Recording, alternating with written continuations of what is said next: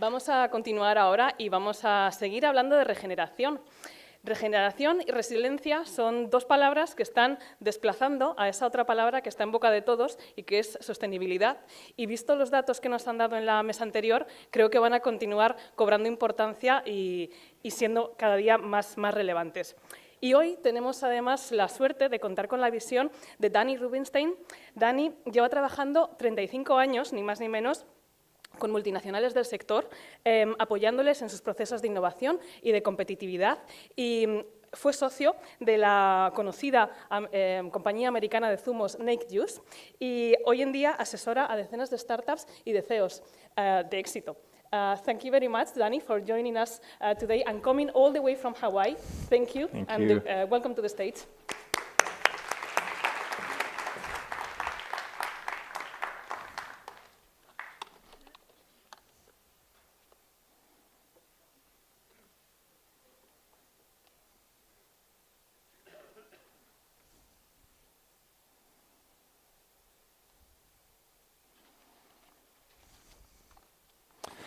Well, I want to thank Bea and thank Raul for inviting me here today to give me the opportunity to talk about regeneration, moving the food system beyond sustainability. My aim is to offer you a different way to look at sustainability and regeneration, an invitation to begin to think differently about yourselves and your companies, not only when it comes to your place in the food ecosystem, but ultimately in relationship to the larger systems at a planetary level as well. I also want to acknowledge the long history and relationship that Europe has with food and agriculture, going back many centuries, in fact millennia, before the Romans, before what was Valencia 2,000 years ago, 3,000 years ago. And I respect the wisdom that comes from all of that collective experience, which is critical when it comes to thinking about the health of any regional food system and ultimately any regenerative process in general. Now, why is making this shift to regeneration so important now? You've heard some statistics, but I think many of you know that a third of climate change and its impact is driven from the food industry. A third of global impact is from the food industry. Now, sustainability is classically defined as the ability to maintain at a certain rate or level. And I doubt anyone in this room is okay with anything remotely close to that status quo or even incremental change. What we need is systemic level change, and we need it urgently. As an industry, as a community, we are uniquely positioned to make a very significant impact when it comes to helping to return the Earth to a state of planetary wellness by moving beyond sustainability to regeneration.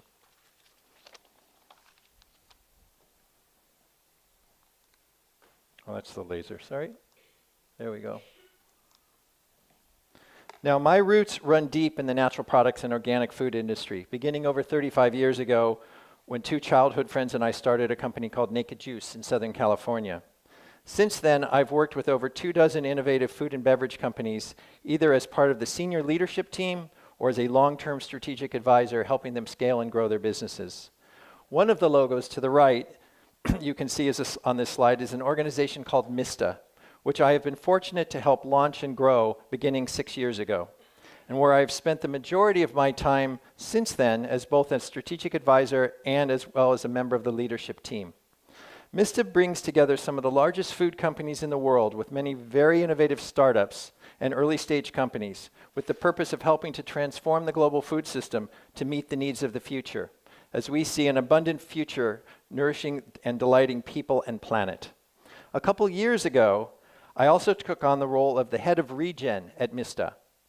One of the first things we did as a team was join the Regenerative Business Development Community, or RBDC, which is part of the Carol Sanford Institute, a global developmental school committed to supporting systemic change through regeneration. I also took the step of inviting the leaders of our corporate members to join us as an extended leadership team because it's a larger community.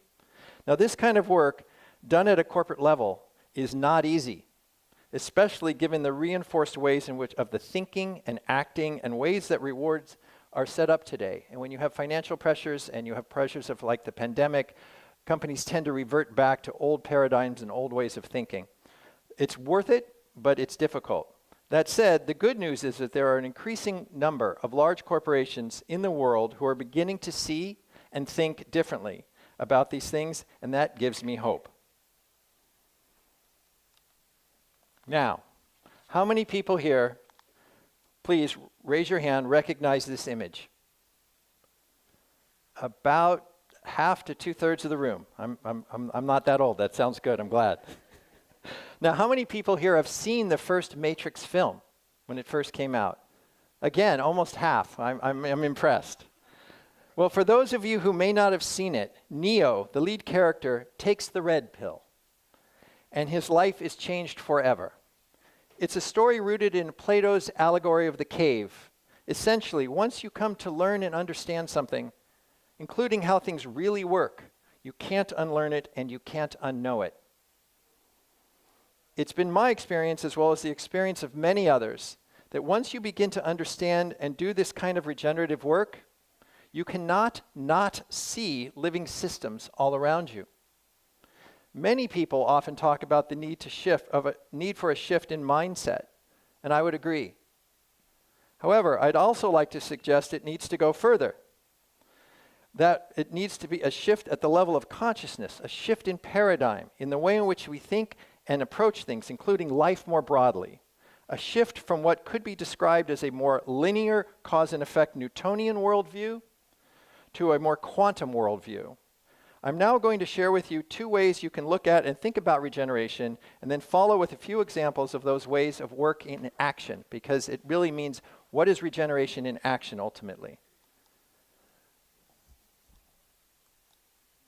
Levels of paradigm. This slide looks at 4 levels of paradigm, and it's best to read it from the bottom up, reflecting an increasing level of potential for systems change as you move up through the different paradigms. At the bottom, you will have value return. You can think of this as an extractive value at the lowest cost possible, much of which the petrochemical and big ag players had historically done, with a blatant disregard to systemic damage that they have been inflicting and the long-term effects that resulted. The next level, when you think of arrested disorder, an example might be that a company stops using glyphosate or child or slave labor for their manufacturing, which of course is a good thing, but clearly not enough. As you move up to do good, when you think about do good, which is where most of us actually in this room probably find ourselves a lot of the time, it includes a genuine desire to make things better, but generally without adequate consideration for the complexities and systemic nature and the implications of our thoughts and actions. Regenerative life is also called the evolved capacity paradigm, and it's about working in such a way that evolves life-giving capacity to the system. Life-giving capacity to the system. It's a concept that I'm quite committed to, and I think as you would understand more, you would agree. Now, the next slide I'm going to share with you is a different visual image that I think will also be helpful. This is a slide from a Genesis group, which, while it appears complex, there's just a few main themes here. First, as you can see, a horizontal continuum with conventional to the left, sustainable in the middle, and regenerative to the right. The second theme, very importantly, has to do with design. On the lower left, you'll see technical system design, with familiar ideas focused on things like quantitative goals and efficiencies, which unfortunately can be extractive and fragmented and use a lot of energy often. Moving up and to the right is where we start to see the application of living systems design. More qualitative, with an attention towards patterns and with consideration of whole living systems. By applying more of these approaches to our overall business design and strategies, we're honoring the ecology of the place. And as a result, we can begin to restore and ultimately regenerate. Now, I do want to clarify that I am by no means suggesting that traditional sustainability type goals and targets are unimportant. To the contrary, they're very important.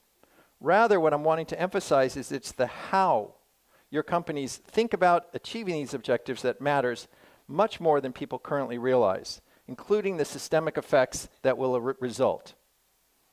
Now, using a more regenerative design approach does not mean you have to give up anything, but rather you will be working more closely and in harmony with natural laws, which means less energy will be required as you work to achieve your more quantitative outcomes as well.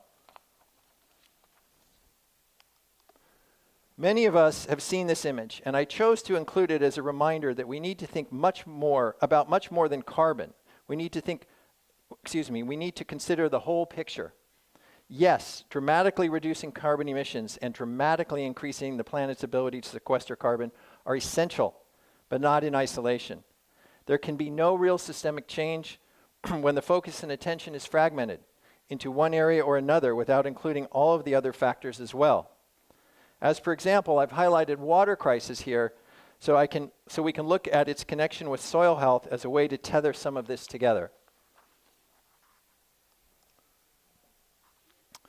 When we begin to meaningfully regenerate the soil, not only will we be able to sequester much more carbon, but the positive impact to water requirements will be massive. Given the kind of weather you had here in Spain this year, and across Europe and more broadly actually the entire globe, I don't think I need to say more about the importance of improving soil health and the positive effects that will have when it comes to water, which together are critical when you consider the larger scheme of things. Now, I just heard that the government of Spain is investing $16 billion in water infrastructure. Why? 15% of your country is under severe drought emergency. 27% is on drought alert. 40% of this country is being shocked by drought.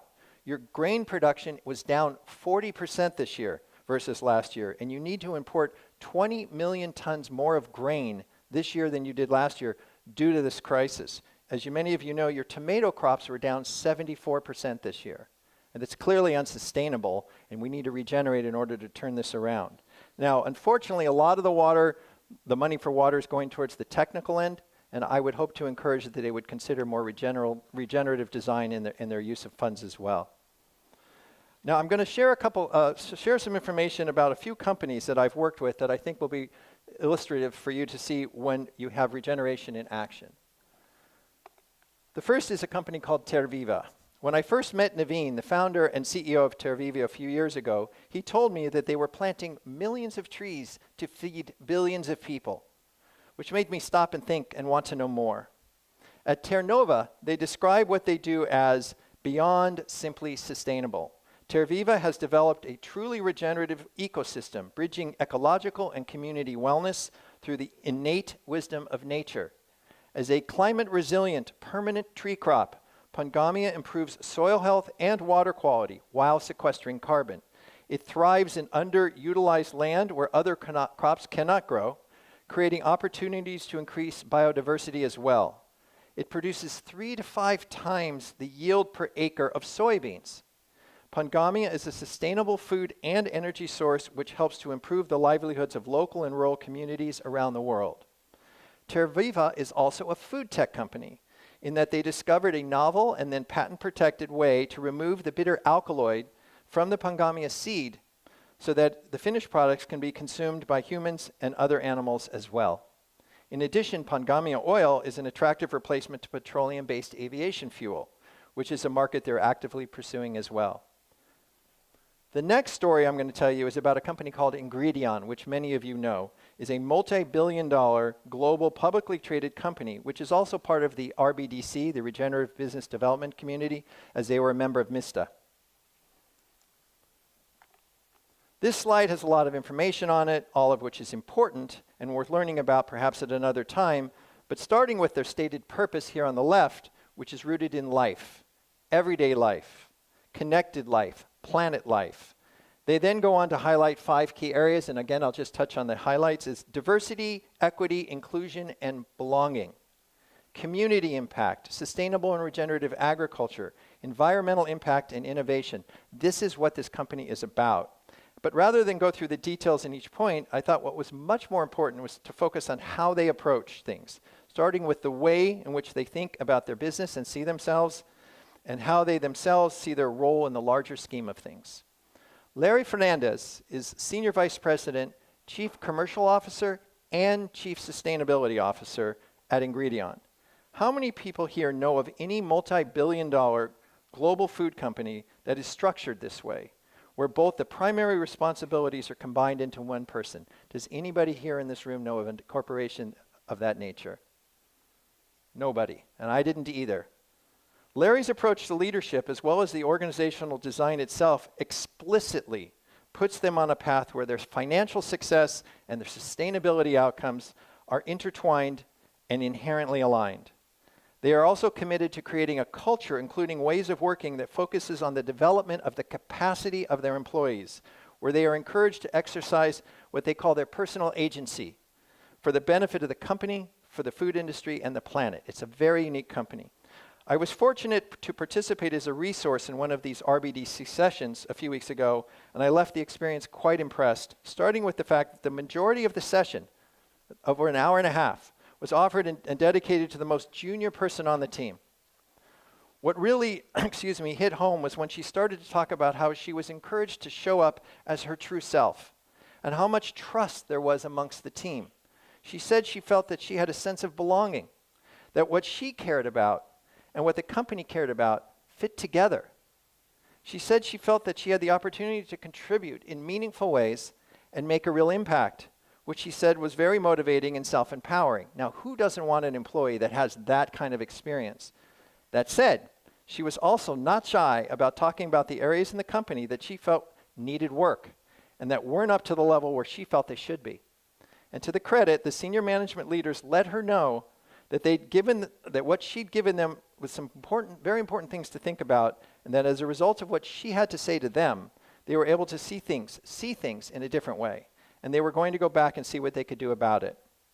There is no doubt in my mind that one of the major reasons that Ingredion is as successful as they are today is about the way they are working. This includes looking for and encouraging leadership to emerge from anyone in the organization at any level, and also recognizing the work is never done, but rather regeneration is an ongoing process.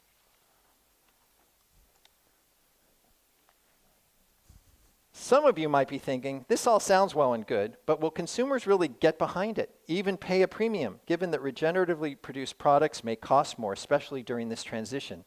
Well, the good news is yes.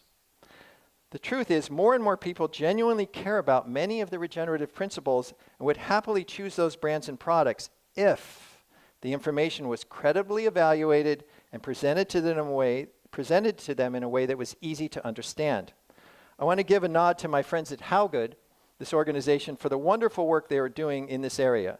By using their proprietary technology and the real-time data capture from their clients' supply webs, they can help their clients quickly and easily evaluate how good they are doing against a set of key metrics, and then effectively communicate that information to retailers and consumers. Here's an example of a UK retailer named Kavanagh's, whose sales increased 26% across all food products labeled with the How Good sustainability attributes, which are displayed at the shelf edge and include climate-friendly, clean label, minimally processed, fair labor, and low synthetic inputs.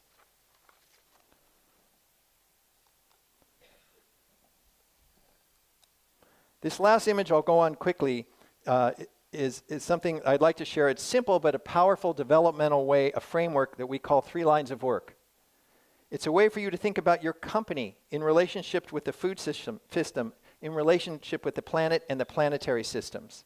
If we ultimately want to have meaningful regenerative impact at a planetary level, we each need to start by developing our own personal capacity to think and act more regeneratively and developmentally in that way. Regeneration also requires individual and collective strength of will. No one person or company can do this alone. It's needed to be done in a community like this. And that's at that second line of work that things can ultimately change. Again, this is not easy, given all of the old paradigms of working that are still ingrained in most large food companies, but this is starting to change. These kinds of shifts are what is necessary and help to set the stage for us to collectively make positive change to the food system, which can ultimately put us on a path to regenerating the planet as a whole.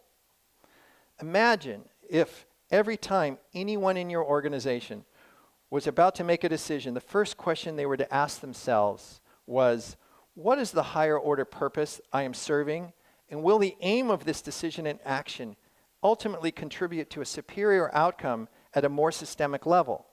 Now, that is not encouraged in most companies, but imagine if that was what was ingrained into your culture, that people would start and think that way before they did or acted in any way.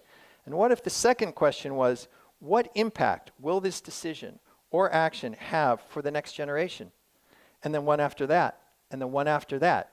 And I don't just say this poetically. What if your company ultimately ingrained that kind of culture and encouraged that kind of thinking and behaving? Now, before I close, I wanted to say that I live in Hawaii, and I'm happy to have been doing the work I've been doing with MISTA as part of the leadership team and part of the as a strategic advisor. But I'm going to begin to shift my my role again and transition to the advisory board starting in January, so that I can pursue other interests and get involved in other projects focused on regeneration.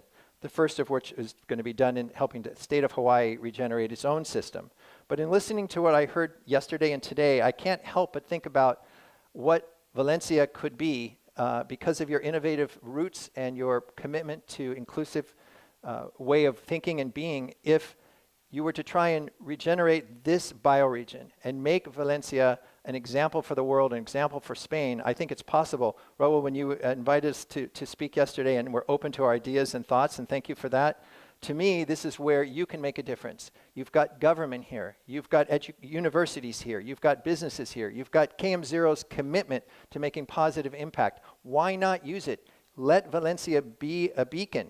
It'll take time. It'll take 3, 4, 5 years to show the demonstrable difference. But next year, I understand, is a big deal here in terms of green. So I would just encourage you to consider that. I'm going to part with one quote that I really enjoyed, a description of regeneration that I like from a man named Matthew Betchlich. And the way he puts it is, regeneration is a value system, an attitude, a way of co-creating with life, for life. Thank you very much.